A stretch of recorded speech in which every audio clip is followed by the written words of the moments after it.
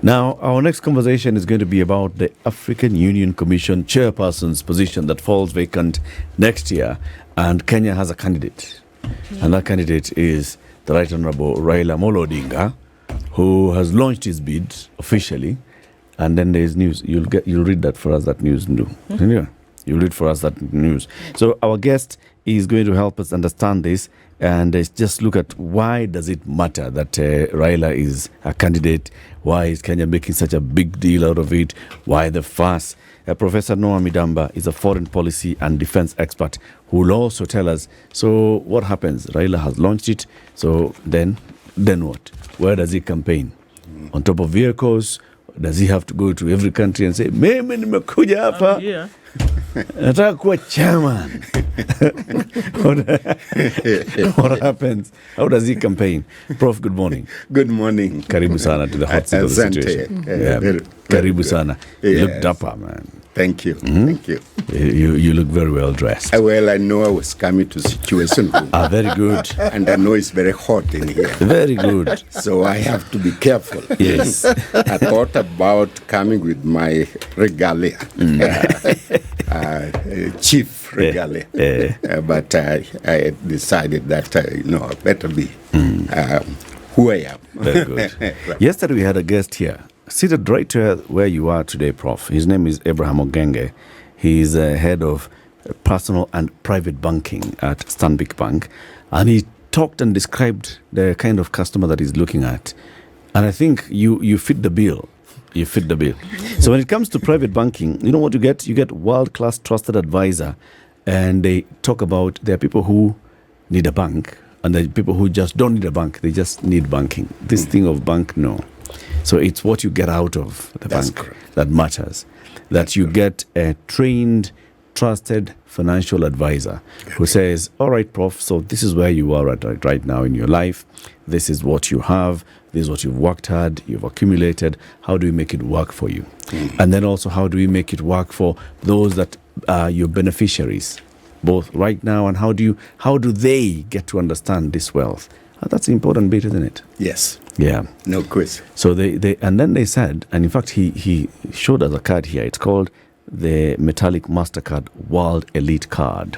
Yes. Somebody like you did have such a card. Well, tell him about it. Card. You have to.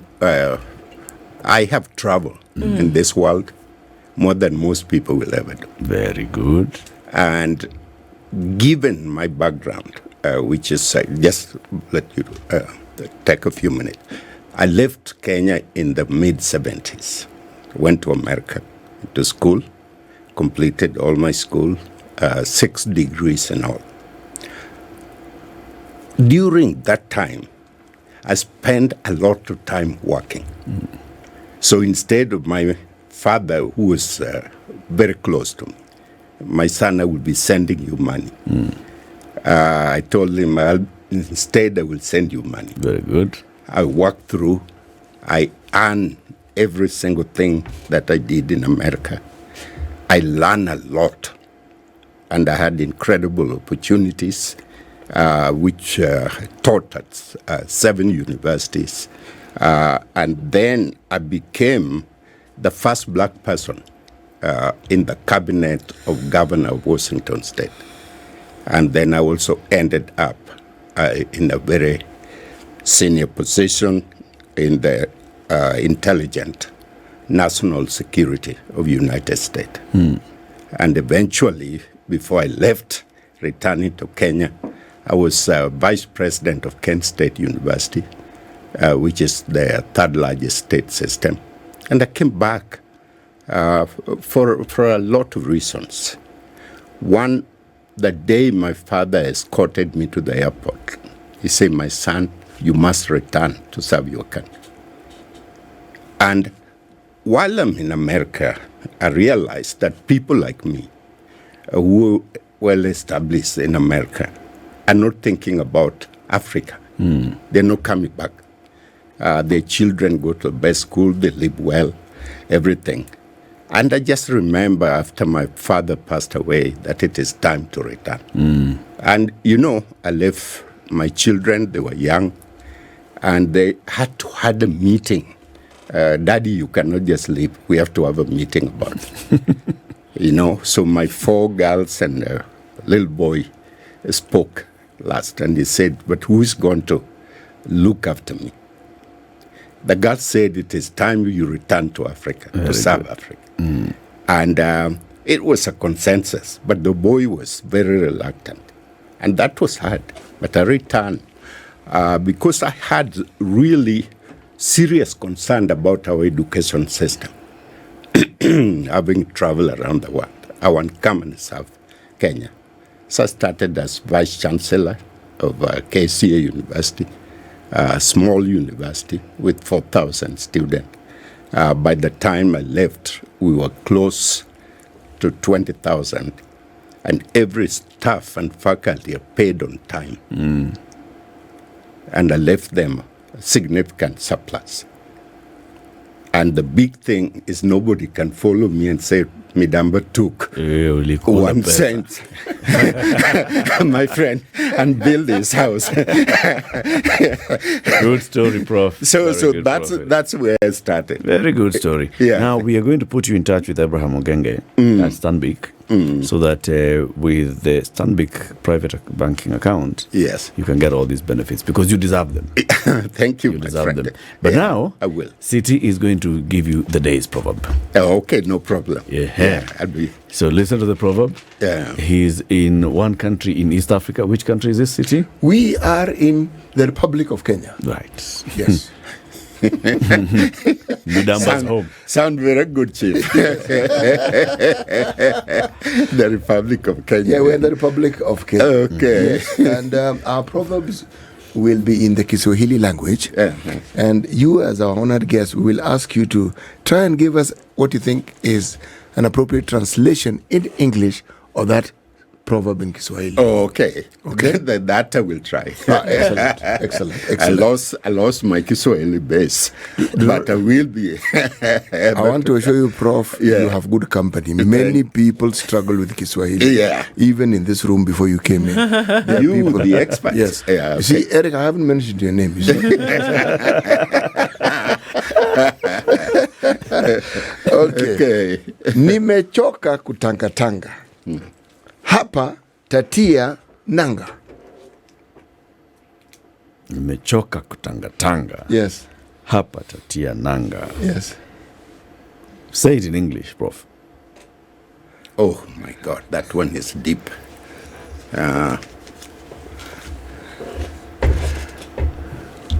Nimechoka kutanga. Tanga. Hapa tatia nanga. Nanga is the one throwing me out. Nanga is an anchor. Okay. Makes sense. Stop wandering around, anchor yourself, and begin to solve problems. Very good. Excellent, actually. I got close. No. Very well. Right on. Oh, spot on. Yes. Someone has texted me and told me there's a Kikuyu hymn Yes. that goes something similar to this. Yes. Nijangete okuraya. Imetangatanga. Yeah. I've heard of that many times. telling the Lord I've come. He's like, the prodigal son. Nimerudi. Nimerudi. Yeah, I've been all over the place. Yeah. And now I've come. Thank you. Now I've come. Yeah. Thank you, Prof. So, the AU Commission chairperson's position is becoming vacant soon. And Kenya has put forth a candidate. And they are supporting that candidate in, getting this position. This is not the first time that Kenya is actually sponsoring a candidate. Musa, the current president, the current chairman, faced stiff opposition from Kenya. And where Aminu Mohammed, My friend. was right there in it. And we missed just narrowly. Yes. We are going for it again. Why is it such a big deal that Kenya is sponsoring candidates into this seat? Let me, I thought a lot about this, how to approach it and how to go about it. I want first give you very briefly the option that Raila have, Honorable Raila, on his life. I want to give you a picture of the world on which we exist in the middle. And then I want to talk about why Kenya deserves, at this particular time, to put forward a candidate who is competent, qualified, passionate about what Africa ought to be. And so then we summarize and go from there. I'm always a teacher, so that's the way I look. I think, ladies and gentlemen, Raila has so many options right now. One, he can continue the muddy politics of Kenya. My older brother ran against Okoh Mayo and lost with 5 votes, 1, 2, 3, 4. Which means he didn't lose. Only for us to find tins floating on the river filled with it. And that's when I decided I'm not going to run, for anything in local politics. My father was a politician representing Westland and all that kind of thing. And he's a good fellow. Then he can devote his time for his family, and his businesses, which probably ignore for a long time. He can pick up golf club and spend time in the clubs with friends, relaxing and hitting the small ball. That is a trend in Kenya as well. And I think he can also do one thing that people are talking about relatives. He can go to Bondo, and sit down and watch birds sing from the sunset, from morning to the sunset. And summon his grandchildren every so often. Grandchildren, come and visit him, and he's relaxed down there. He can do that. But I think Raila is more than that. Under his belly of what I know about him. And I've not spent as much time with him as other people have done. But under his belly is burning. Africa must be able to take control of itself. The message you begin with today, wondering, need to anchor. Africa need to anchor. And he's passionate, so seriously passionate about that he will do everything. And so I'm saying this, gentlemen, because I read some of the messages coming out of Kenya, people writing back and forth, it's more Ruto compromise, or he let Gen Zs down, he did all that. I think people misreading who Raila is and what he's capable of. Remember the beginning, Jamal Abdul Nasser, remember Nkrumah, remember Haile Selassie, remember Julius Nyerere. These people had wisdom. But it was Nyerere, particularly, which I resonate about his thinking. Nkrumah and the rest want United States of Africa, drop everything and all that. But Nyerere said, wait a minute, let's begin region by region. Let's collect the region, East Africa, let it work, and then combine the rest of Africa together in order for it to work. Because Nyerere, gentlemen, had really the thinking of what has happened globally in the world. First World War, Second World War. First World War, we created the League of Nations. And the League of Nations came to kaput, end, could not work. Then we created United Nations. And United Nations has existed right now for several years. Again, we are now questioning the use of United Nations because Israel has basically kicked them out and said, we don't need you in our country. Now, so AOU, which we created in 1963, also came to a deadlock where we said, it's not working for us. We're kicking it out. And then we recently created AU. Now, if we are not careful, very soon we are going to say AU is not working. Are we not already there? Yes, so already it's not working. And so you need somebody who's really passionate charismatic, and to governize people who can sit in every capital, every president office, and say to the president, we need you. Well, the reason why I'm saying that, I've been sitting as a vice chancellor in the Inter-University Council of East Africa. And Inter-University Council of East Africa require member states to pay their dues so that you can get the same service like other people. Kenya consistently paid their dues on time, amazingly. Tanzania always do the same thing. Some countries don't pay their dues on time. and yet they expect the same service. If we get so many scholarships, they say, no, 4 belong to me, belong to us. Now, how do you get it when you have not paid your dues for 2 years? Gentlemen, ladies and gentlemen, we need to go back to the drawing board of Africa and take a look at who are we and where are we going as people. Because the reason why I'm saying that, there are 3 world flashpoints right now. The first one is Russian-Ukraine. The second one is the Middle East. And the third one is China-US. Those flashpoints can end up be the beginning of the Third World War. And if we have a Third World War, don't think Africa is going to be isolated. There's going to be fallout to a point where we are not able to see the sun from morning if we use thermonuclear war. Prof, can I jump in here and ask you if the focus of our conversations today should be about reviving or even just reinstituting what should be one African body and what needs to be done, or should the focus be on why Raila Odinga is the man to do that? Or are we looking at a concert of both of those ideas? Both. But you cannot separate. You cannot separate one from another. Can we not? Yes, and I'm coming to it in just a minute. If there is going to be a world flashpoint and there's going to be a world war, Africa will not be isolated. Africa, I describe, I'm teaching 70 students from 16 African countries right now.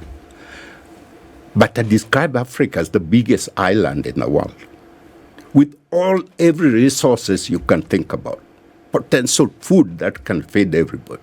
Natural resources we can use to re-engineer, reinvent, and create a system in Africa that the world has never seen. For instance, Ethiopia just built the Aswan Dam, the Renaissance Dam. That's the biggest dam in Africa. Yep. The most amazing thing is it's done by Ethiopian resources. They didn't go to IMF, World Bank, or anywhere to borrow the money. Can we do that? Yes. The answer is yes. But it requires commitment of people. So the challenge in Africa are many. Number one, I can tell you, and you'll be surprising, is climate. People sitting and say, oh, it always rain and always. No, it's not going to be always rain. There's going to be tornado-like environment which will wipe the whole place. And then rain comes very heavy and disappeared. But Africans for years were used to a tradition where rain comes at certain times, and they can project when the rain comes and when the crops need to be, when to harvest, and it's not going to be the same. So what thinking can go into Africa that will revolutionize and change the way we do agriculture? Because basic food, when people are hungry, they're going to act up. Prof, it sounds like you should be the candidate. My friend, I'm not interested. And For real? Because everything that you're saying here, it makes sense. Yes. But I've never heard Raila Odinga saying it. Okay. So it is our job to prepare Raila Odinga, and that's why I jump in. Okay. Okay, you can understand. I've stayed out of local politicians. I don't talk with them. But when this thing came, and I know we can do it, Amina Mohammed is a really good friend of mine. She needed to be there, but they push her out because of other interests. This is a very complex situation. And therefore, we're preparing Raila to speak the language that I'm speaking, okay? Because it is important. There you move in your life believing in certain ways, but then you grow to understand there are other things. Is there enough time, Prof? Because just on the last point that you said, yes, that you can get me to say something for 3 months, but if I don't believe it or have any interest in it, it's going to fade in just as much time. No, but if this is something, passion. But if this is something that you are passionate about, if you understand that the peoples of Africa could do so much more in terms of development, if you understand and really have a passion, burning people of Africa could actually benefit from better governance and leadership. That's correct. If you don't have it, you can't catch it. It's not like a cold that comes and goes. Right. You cannot catch it in 3 months. You must have imbibed it. He does have it, but like Nyerere and Nkrumah, okay? Nkrumah unite Africa. We unite, and then we can talk about tribe later. Nyerere said, let's unite the tribe first, and then talk about uniting Africa. And so everybody learn, and I've seen this man learn, whatever. So we need to really be able to say, East Africa can fund itself. For instance, we have done one thing. Now I'm working with a passport that says East Africa Community. And I'm listening to the East African anthem. It's beautiful when you listen to it. I don't know if it was influenced by Tanzania, but they claim to be. But I like it. I like the tune. I like everything when you sing it. So when the trade between Uganda and Kenya is the most important trade, DRC Congo has $32 trillion worth of natural resources. If there is a governance and management and Africans are able, plus timber and soil that can feed the rest of Africa. You understand? But when you look at it, DRC Congo is one of the poorest countries in the world. In other words, we got independent, okay? Political independent. But we didn't got the anchor you're talking about. And therefore, it is time that AU structurally change, AU focus on empowering regional bodies so that ECOWAS does not become a useless meeting. A two-member. That's why the young soldiers in Mali. Said no, we don't want to be part of it because it's a talk. But so you need to empower the 5 regions. Is Raila the man to do this? Raila is the man to do it.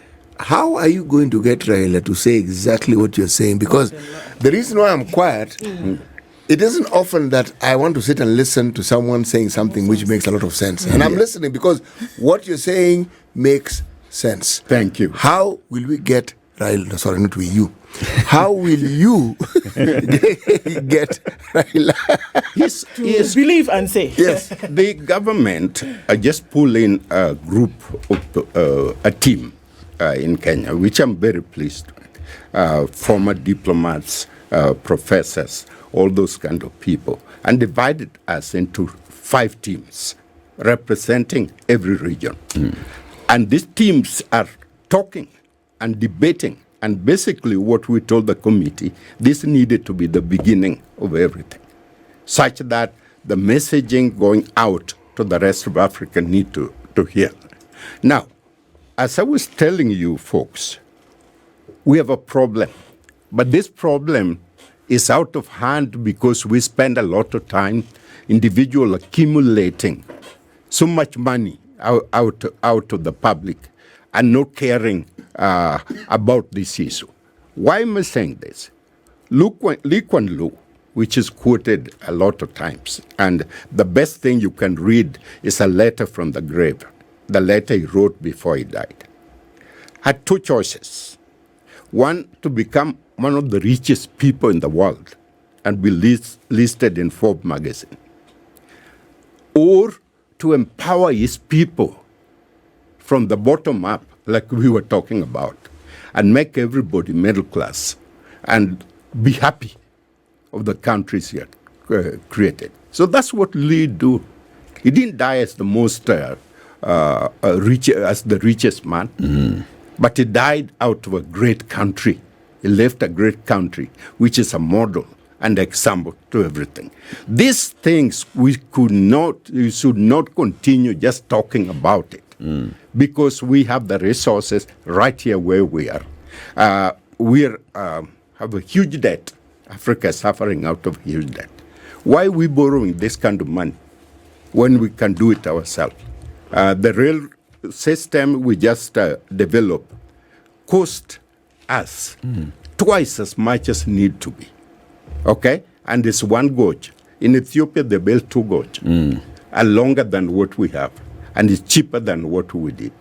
So we need to be able to reinvent ourselves to do this. So what we are asking is, I can go over a list of issues, healthcare, education, everything. What are we asking to whom? Eh? What are we asking? What is who asking to whom? We are mandating Raila that he must take leadership in these areas. In this area. Voilà. Okay. Yes, that's what we're saying. Continues Raila's AUC bid. What's the big deal? Professor Noah Midamba, foreign policy and defense expert, is our guest. And they are working behind the scenes to prepare this campaign and all the work that's going into it. So before we come back into what you're asking him to do and the list of items, just take us through what happens between now and February. What happened is the processes begin in a sense. Africa chairmanship goes in rotation, and this time is the East African rotation to provide the chair. Prof, I just want to ask, what informed this idea of the rotation? Well, that I cannot give you direct answer, but it makes sense for me because if South Africa is the chair for this time, then you need to move to other part of the continent so that you have a balance. Just like the UN system, security, and all that. See, why I asked the question, it reminds me of the canton system in Switzerland and the way they rotate the presidency. Okay, it is known. This time it will be so and so. So the region decides who they are going to best take. candidates. Yes, the best candidates you put forward. Exactly. But the entire body, the African body, there are 32 people. Member state that must vote. Yes. For you to become the chair. You see, that we have such a system tells me that we are not starting from nowhere. Good point. We actually have something that tells us that we have understood the need to work together. Correct. And to work in a manner that does not cause a lot of angst amongst the fellow members. Now, the next step, which is what it is that you're talking about, that has always been a tall order. So is it that people don't know what needs to be done, or is it that we say in Kenya that there is a leadership deficit? It's something Kenyans like saying. Is it that we do not have, or we haven't had somebody who can actually push the agenda that Africa needs in order to achieve this? Very good question.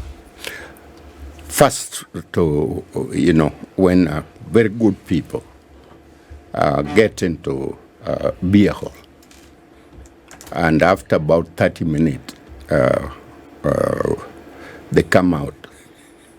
They're very good people, very bright. They know exactly what they're talking about. When they come out, what do they look like? So the point I'm trying to drive here is we have wonderful, trained, highly educated Africans. Let me go beyond that. But when it comes to really making sense and prioritize what makes sense for Africa, it's like they're drunk people And then the outside people are coming in now to guide us what to do. The kind of active politic from the big powers, US, Russia, China. Then you have now the Middle East and everybody coming in to make sure that the person elected is the person that can kick back and forth and serve their best national interest. And so there is right now, intense lobbying to have that person, because that person can now begin to make Africa work, or can continue to be subservient to serve the best interest of all these people.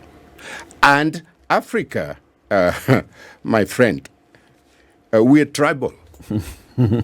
We are divided by religion, Muslim, Christian, what have you. We're divided by communities, We're divided by economic rank, those people who have come in and got a lot of money and the rest of people are here. We are divided completely. By Mzungu language. By Mzungu language. Anglophone, and the Anglophone, the Anglophone people, the British never left.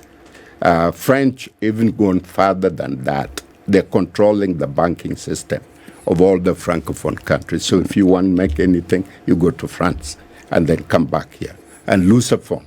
So we have a tense situation. We got political, and created constitution, and we sing and everything. And that's it.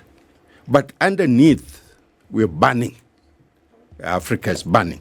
And the time has come for us to put a stop to this by creating a structure and forcing people back to the orientation. That makes sense. We are not tribal. The tribal is created by the British, divide and rule.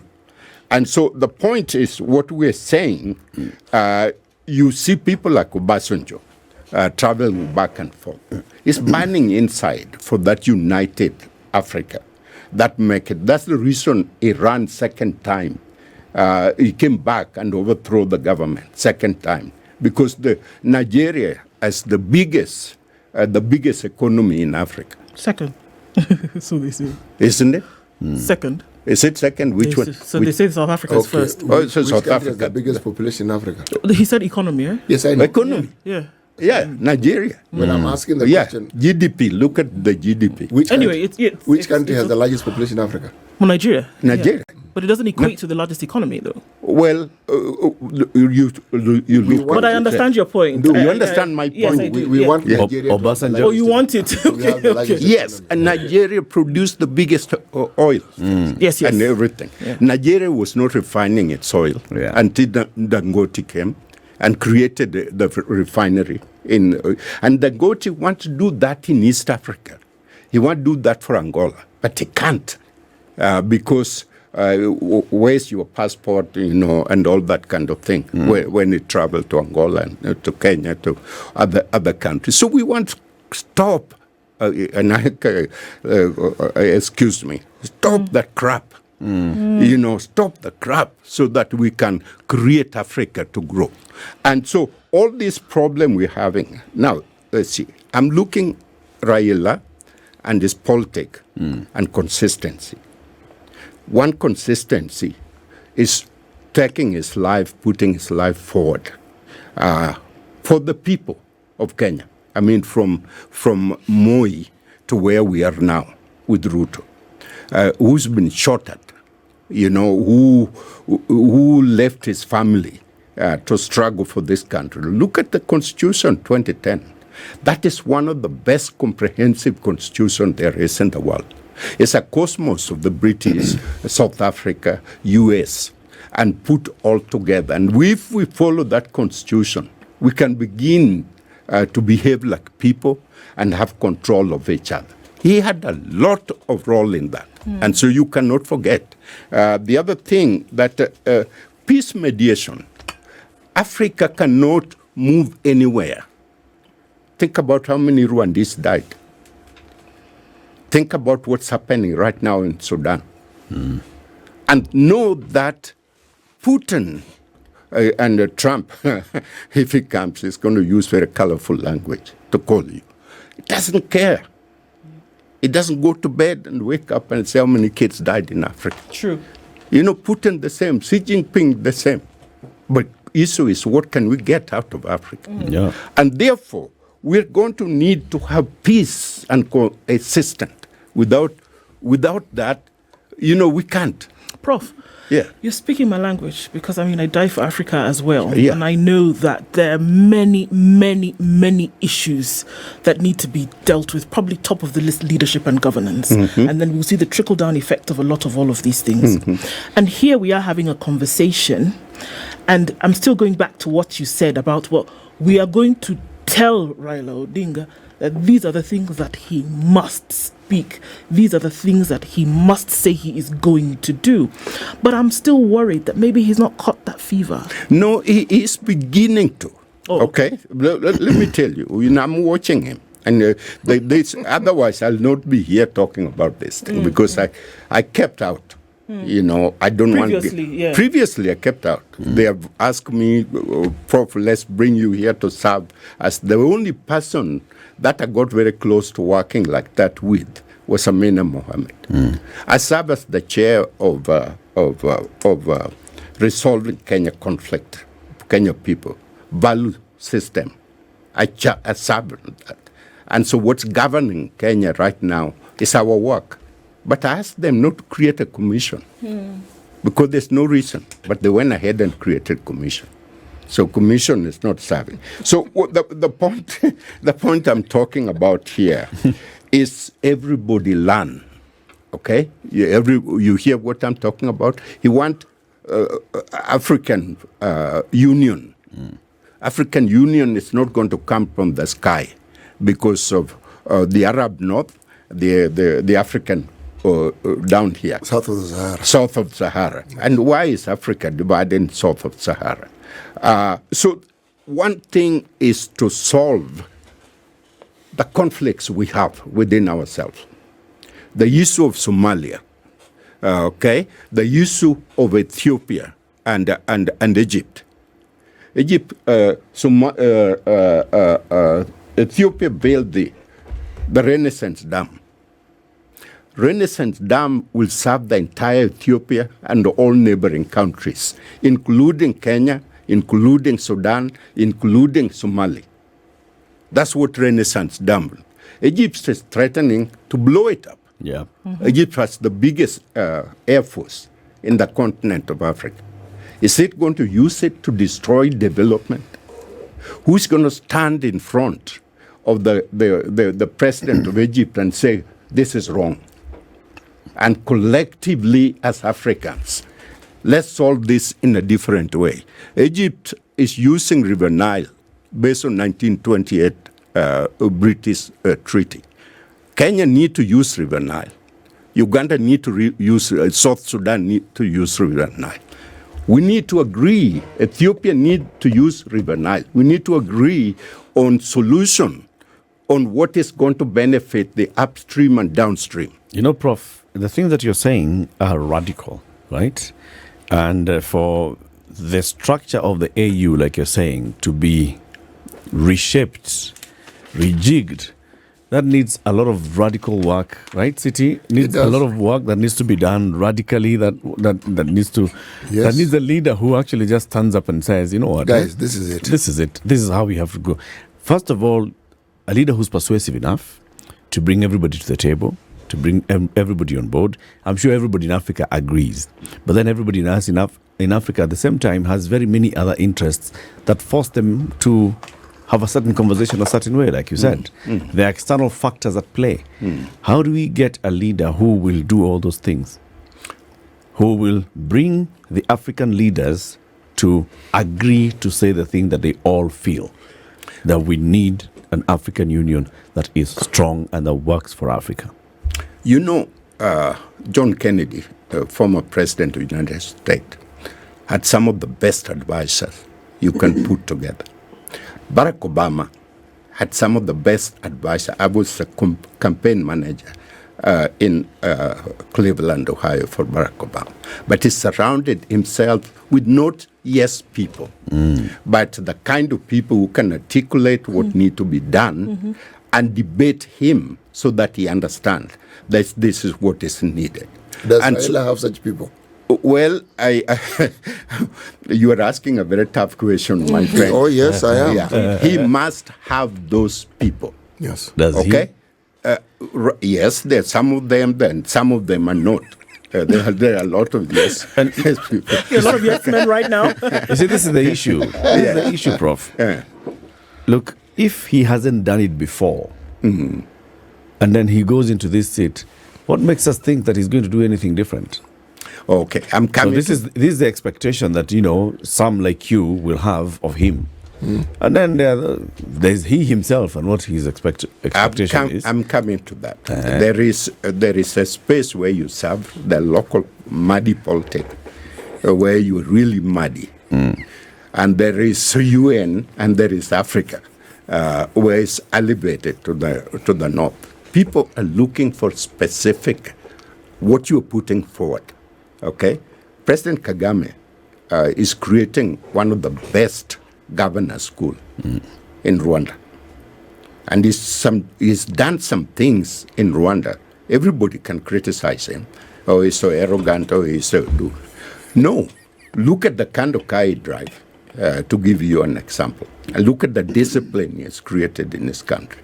So we need to use our own example of what works in Africa to restructure OAU and to bring the North and the South part of Africa together such that we're working for a common goal to make this island, feed these people, provide the best education system, and create a future where everyone is fed because we're capable of doing it.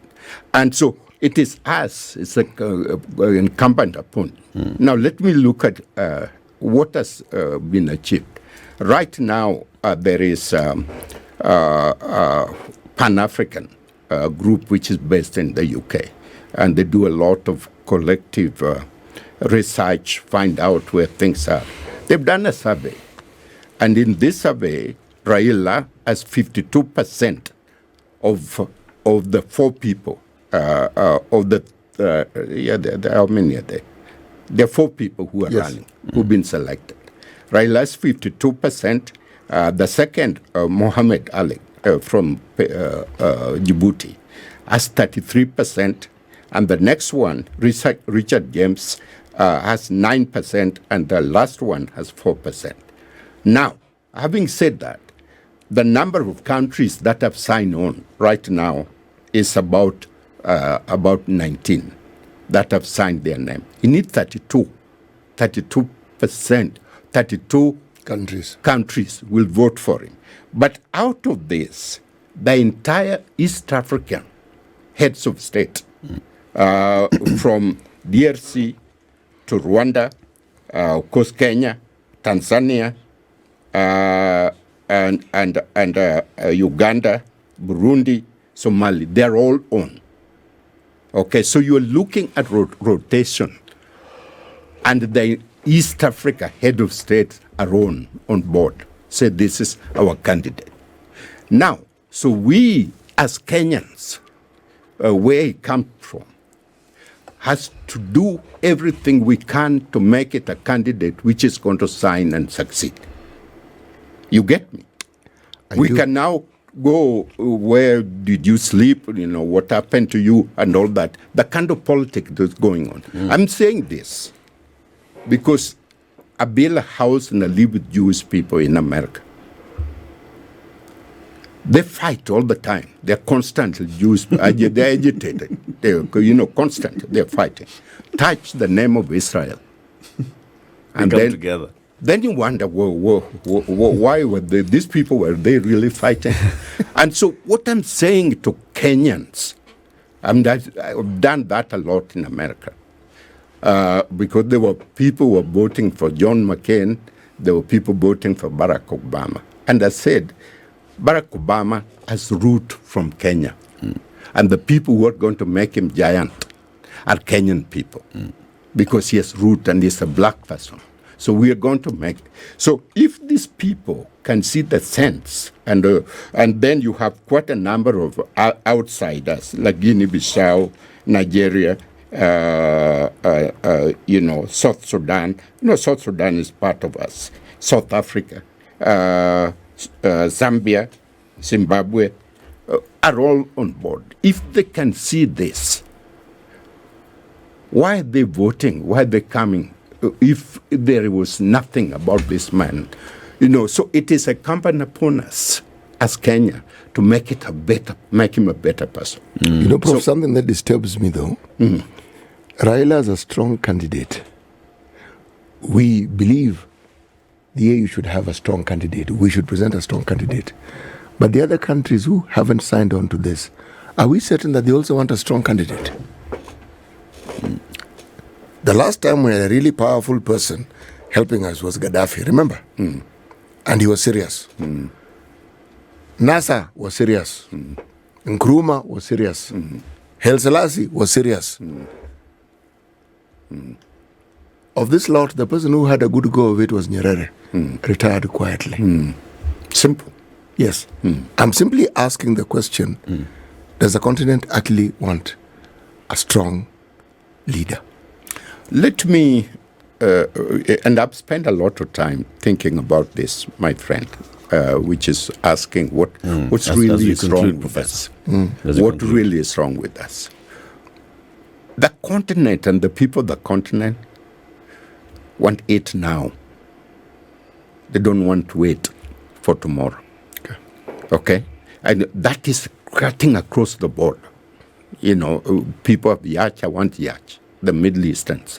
America, I want a big house. I want a big car, the car we are driving, V8, okay, in the middle of everything. And then you take it to a rural area where you cannot drive it and park, but you want it now. We're not ready for doing the kind of things that Lee Kuan Yew did, that South Korea did. And we're ready, South Korea has what's called mindset. We're not willing to work and sacrifice for tomorrow. We want it now. And therefore, this is the lesson that Raila and everybody is going to have to come to. We're not just electing you to be the leader, representing Africa and all that. United Nations structure is coming. Is Africa going to be represented in Permanent Council of United Nations? Security and will they be able to have veto power? Veto power. See what I'm talking about? That's what we want him to go and do. We are the largest number of representative in United Nations. Why is Africa not having veto power? Why smaller European countries have more power than we have in Africa? And so we must feed our people first. Prof. And demonstrate to the rest of the world. That's where we are coming from. Let's end it there. Come again soon, please, Prof. Come again soon for another more conversation. Professor Noah Midamba is a foreign policy and defense expert working behind the scenes, preparing Raila Odinga for the candidacy of the AU chairperson. This is the Situation Room, the only way to start your day.